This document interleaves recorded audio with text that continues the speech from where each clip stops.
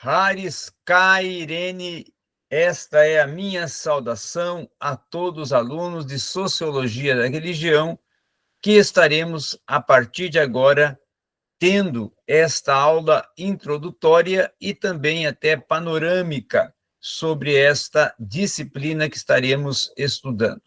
Lembrando que você precisa sempre acompanhar todo o conteúdo de forma gradativa e estar, se tiver dúvida, voltando ou fazendo uma rememorização dentro da própria aula, dentro do próprio transcurso deste vídeo, do conteúdo que aqui está sendo transmitido.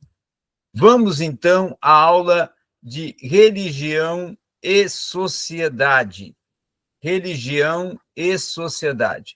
Primeiramente, quando nós vamos tratar sobre sociologia da religião, eu gosto sempre de mencionar que iremos tratar sobre um assunto que ele está dentro do contexto não só religioso, mas como também sociológico e automaticamente também vai entrar dentro de questões teóricas da própria sociologia e filosofia no contexto geral, para poder até você fazer uma associação para com as questões que são tratadas pertinentes à própria religião e também o que é discutido dentro da própria filosofia e sociologia. Quando nós trabalhamos com religião e sociedade, nós temos que ter em mente três, vamos dizer assim, norteadores, tá? Três norteadores que são os três pensadores que são mais discutidos e trabalhados, que, na verdade, são os que mais têm um desenvolvimento, como o caso de Engels, como o caso de Karl Marx e como o caso também de outros que nós iremos estar vendo dentro desta articulação e dentro do conteúdo que estaremos aqui tratando, tá? Vamos, então, primeiro ver o objetivo de uma sociologia. O objetivo de uma sociologia, primeiramente, é a investigação da sociedade. Quando vamos para a sociologia da religião, aí automaticamente é investigar como estas crenças religiosas, em um plano até de transcendência, venham a afetar a organização social e também os padrões de comportamento, ok? Como que ela, então, trabalha essas questões que são tão significativas. Não vai competir, por exemplo, dentro da sociologia, provar ou não uma existência de um Deus, ou de credos, ou de doutrinas ou ensinamentos que estão pertinentes a uma determinada ou distinta religião. Vai caber à sociologia da religião? Sim, é estudar os aspectos culturais de cada religião dentro da proposta que cada religião desenvolve e dentro até do seu sentido aplicativo e litúrgico, tá? Então, em um ponto de aspecto até que podemos dizer comum, ocorre a legitimidade cultural da religião, onde ocorre um confronto entre uma laicidade e uma religião dentro do Estado moderno, ok? Uma outra questão também que nós precisamos considerar e ter em mente é que o objetivo primário de uma religião e também primário da sociologia que investiga a religião é justamente estabelecer o fundamento de vida dentro da sociedade, padrões para essa vida dentro da sociedade, instituindo, inclusive, as divisões entre as duas categorias que são mais destacadas, no caso, o sagrado e também o profano, tá? O sagrado e também o profano. O sagrado, quando eu falo de sagrado, eu estou falando da esfera separada do mundo físico, certo? Que é espiritual e não material, que remete-se ao extraterreno no sentido de ser sobrenatural e ser transcendente e automaticamente remetendo ao metafísico e ao intangível, tá? O profano já é aquilo que nós consideramos comum na vida cotidiana, secular, e também não consideramos transcendente e automaticamente é impuro e é material e é corruptível, é corrupto, tá? Ele é contaminado no sentido espiritual, certo? Outro, sim, é nós termos o entendimento sobre as questões que estão pertinentes ao sagrado e o profano.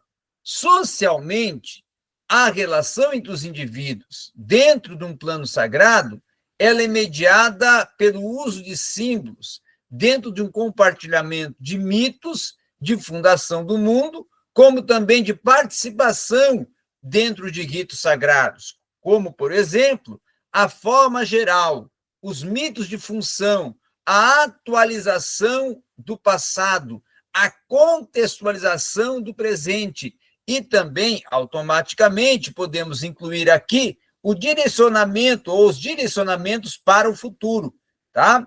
Isso seria, num aspecto geral, o que é tratado e que é proposto dentro do sentido de mitos de fundação no aspecto da religião, tá? Voltado ao pensar religião. Já os ritos são considerados, na sociologia, dramatizações. Por quê? Por que são considerados dramatizações? Porque é onde os indivíduos vão vivenciar as suas relações com o sagrado e vão ter, por meio de cerimônias, que são os rituais, as danças, os sacrifícios e até outras ações que vão fazer parte, vão compor a estrutura da liturgia ou também, claro, do rito a ser desenvolvido dentro de determinada ou distinta religião. Uma outra questão também a ser considerada, e nós temos que pensar, é que dentro desta questão nós temos a religião dos clássicos, como autores que conduziram, certo, toda uma estrutura do pensamento sociológico através das suas obras, como o caso do Emile Durkheim, que escreveu As Formas Elementares da Vida Religiosa no ano 1912, e tornou-se essa obra uma referência para se estudar a sociologia da religião.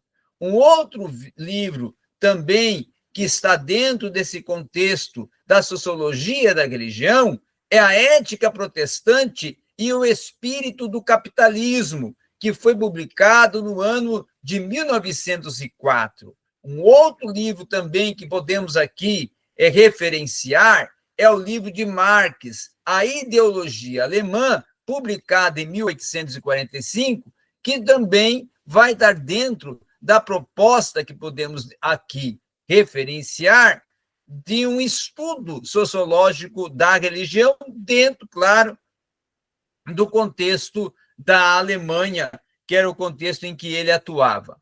Outro, sim, também, é nós agora estudarmos um pouco sobre a obra, o trabalho, o que pensa, o que propõe, o que discute cada um desses referenciais que nós já apresentamos acima como aqueles que são responsáveis no conteúdo, nas áreas de publicação, por conduzir-nos ao pensamento da sociologia da religião com uma maior solidificação.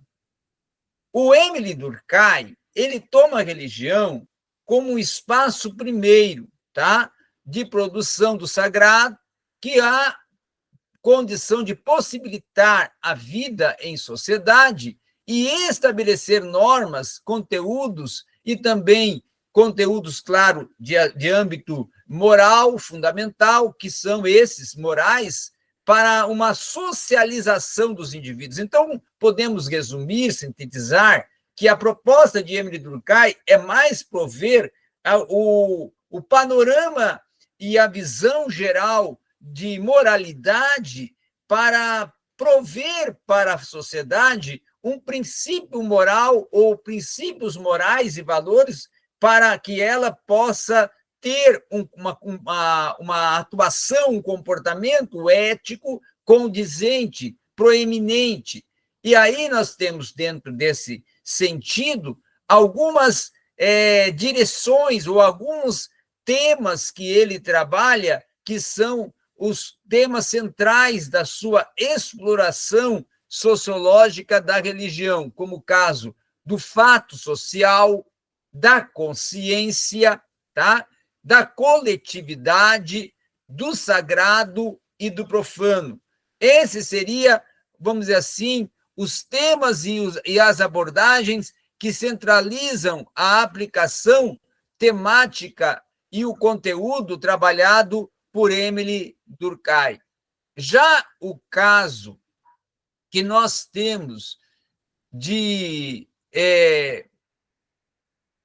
já o caso que nós vamos ter, deu aqui um probleminha aqui no Google Meet, e eu estou retornando, já o caso que nós vamos ter do próprio Weber, tá?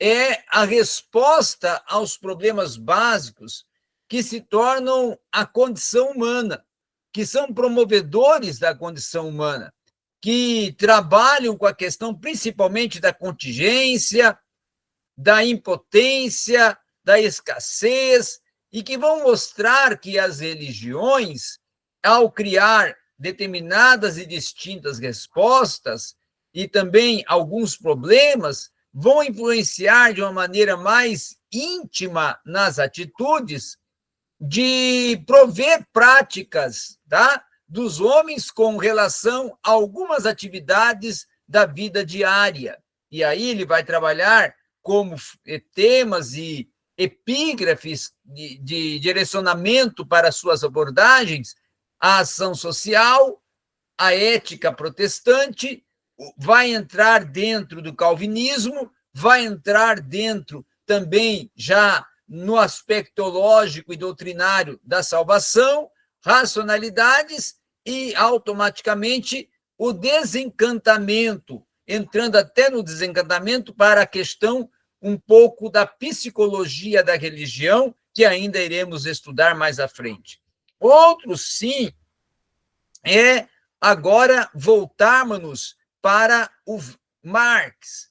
Marx vai dizer que a religião ela está presente juntamente com formulações ideológicas, que são resultantes de um sistema de exploração, responsável até por reproduzir uma justificação de tal sistema que vai indicar em si uma forma até de alienação. Com isso, ele vai explorar classes sociais, superestruturas, ideologia e alienação. Um outro, sim, agora para darmos continuidade o que estamos estudando em sociologia da religião, é pensarmos um pouco e estudarmos agora sobre Durkheim, Emile Durkheim e a religião. O que ele trata, o que ele aborda, o que ele defende, o que ele argumenta. Emile Durkheim vai dizer que as sociedades tradicionais, a religião ela é possuidora, detentora de uma função de garantir a ordem social, detendo grande peso sobre as ações humanas. Segundo até o pensamento do positivismo, tá?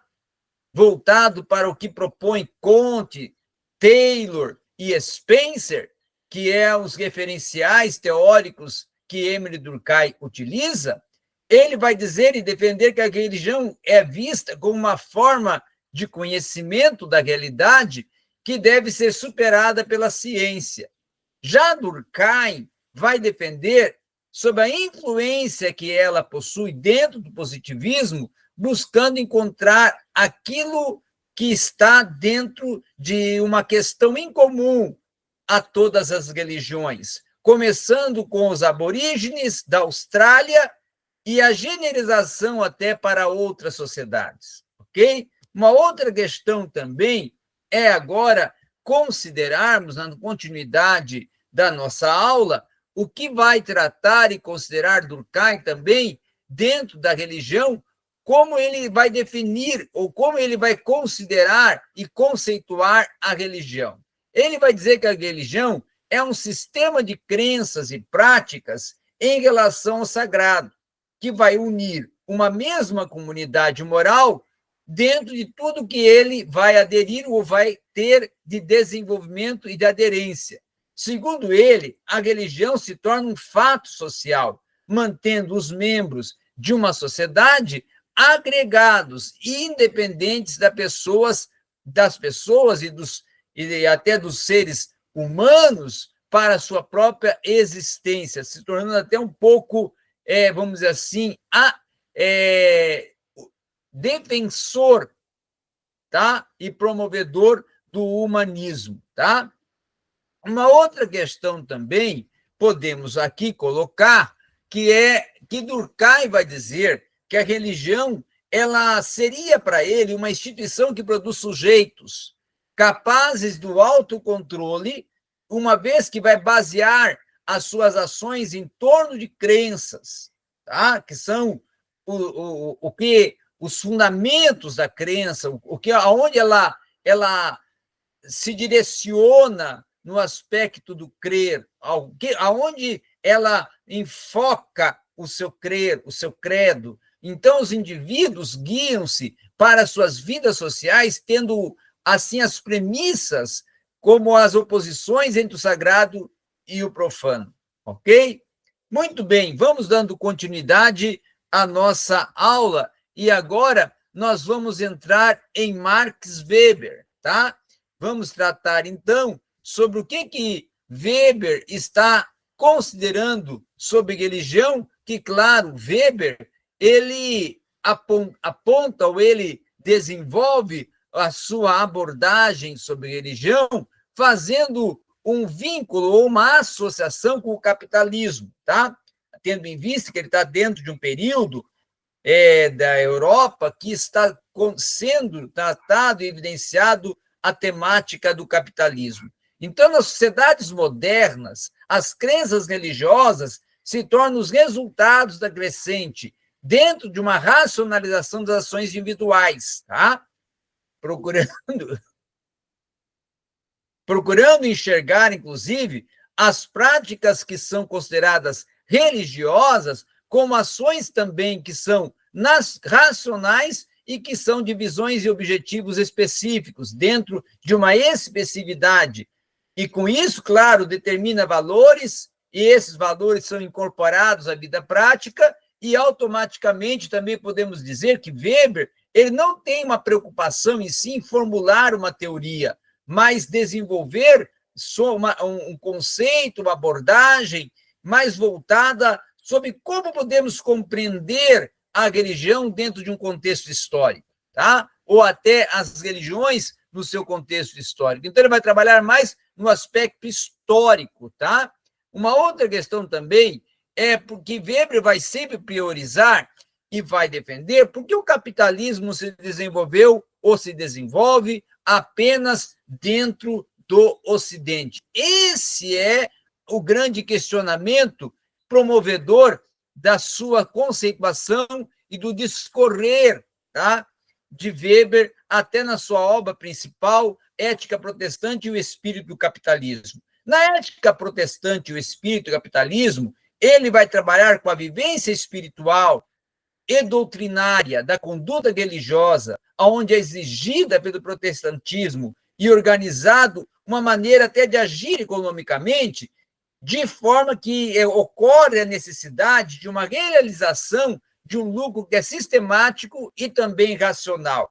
Weber, então, vai descobrir que os valores desse protestantismo, como a disciplina ascética, a poupança, a austeridade, a vocação, o dever e a propensão ao trabalho, atuam de uma maneira decisiva para todo o desenvolvimento, pensar dos indivíduos, tá? Outros, sim, também é considerarmos a ética protestante, o espírito do capitalismo, como a ética que está direcionando o seu pensar, as suas propostas, os seus argumentos para a ética calvinista, ou está vinculada, num certo aspecto, com a ética calvinista. E aí Weber, com isso, vai relacionar o papel, por exemplo, do protestantismo, principalmente dentro de uma ética calvinista, no que tange à formação do comportamento típico esse do capitalismo moderno. E a ética calvinista, ela vai levar e vai propor ao extremo a noção de predestinação, aonde o homem se torna salvo por vontade primária de Deus. E a ética calvinista também vai desenvolver que nenhum homem merece a salvação, até porque ninguém é digno dela. Então, a salvação existe para a maior glória de Deus, tá? Então, seria essa a proposta do discorrer, até podemos dizer assim, teológico, em que Weber vai implicar e vai inserir dentro da sua obra Ética Protestante e Espírito do Capitalismo. Agora, nos voltando para o Marx, vamos ver o que o Marx vai tratar. Marx, já no sentido mais amplo, ele já vai trabalhar com o ópio, ideologia e alienação. Ópio, ideologia e alienação. Ele seria, claro, e é o filósofo e sociólogo mais avesso à religião. Marx nunca vai estudar a fundo a religião, primeiramente. E esta sempre vai ser para Marx um objeto de reflexões e de uma virtude da religião, é que para ele é fazer parte de uma estrutura social e econômica que está dentro de um objeto principal de estudo, como a visão e a proposta dele de sociólogo. A sua preocupação geral, tá, e principal se torna um estudo da sociedade capitalista, aonde ele trabalha, ele foca com a angústia religiosa e também, ao mesmo tempo, com a própria expressão da dor real e um protesto até que ele vai desenvolver contra ela. Então, a religião se torna um suspiro da criatura, que ela é considerada e está em condição de opressão, até porque o coração de um mundo sem coração, tal como ele vem a ser, é o espírito de uma situação sem espírito, e se torna o ópio do povo, sob até a crítica da filosofia do direito de Hegel. Certo? Dentro desta visão e dentro desta proposta e articulação,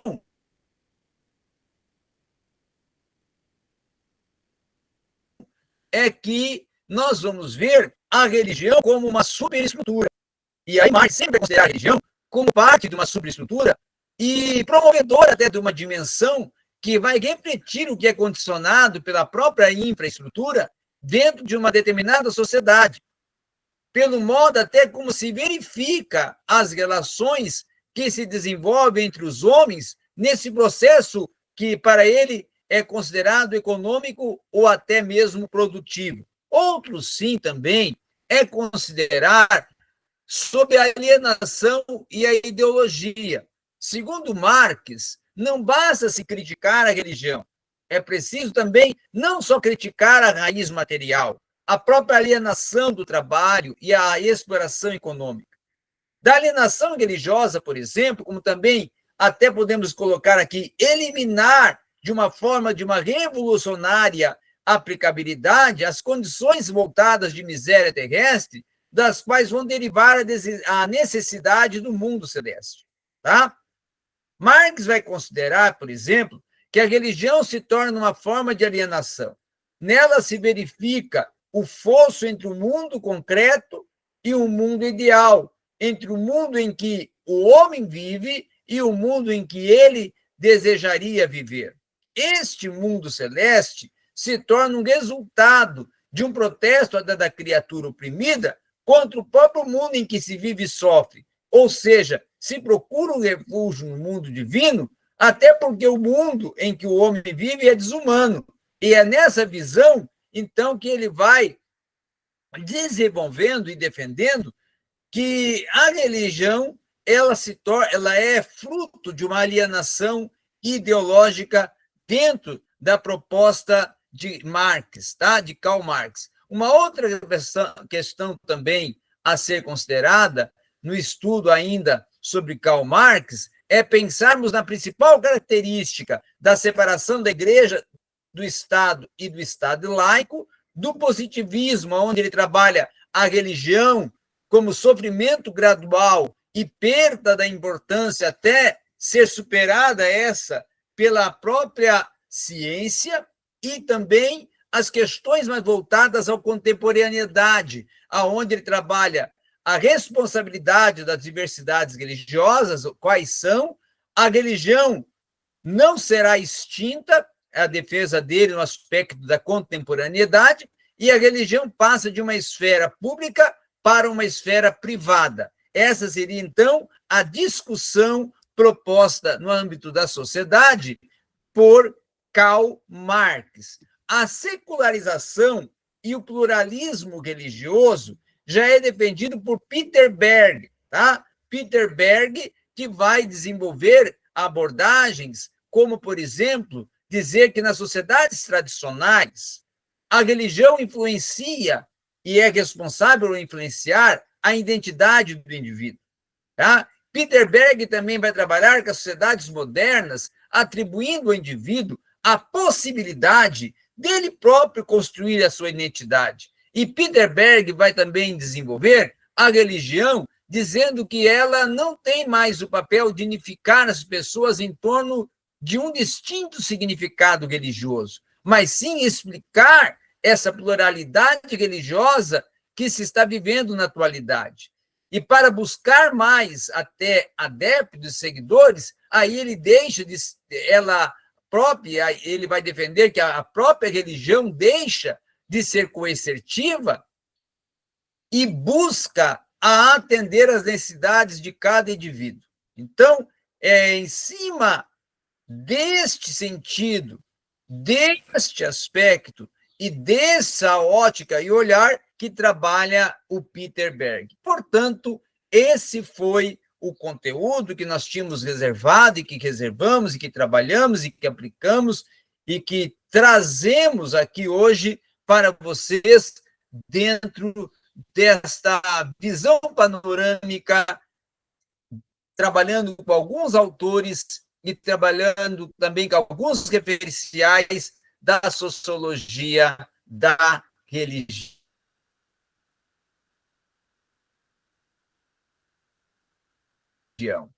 Muito obrigado a todos. Se você veio aqui, continue conosco, sempre participando nas nossas publicações e das nossas aulas, sempre se inscrevendo, compartilhando o conteúdo, dando like e fazendo o seu maravilhoso comentário. Obrigado sempre.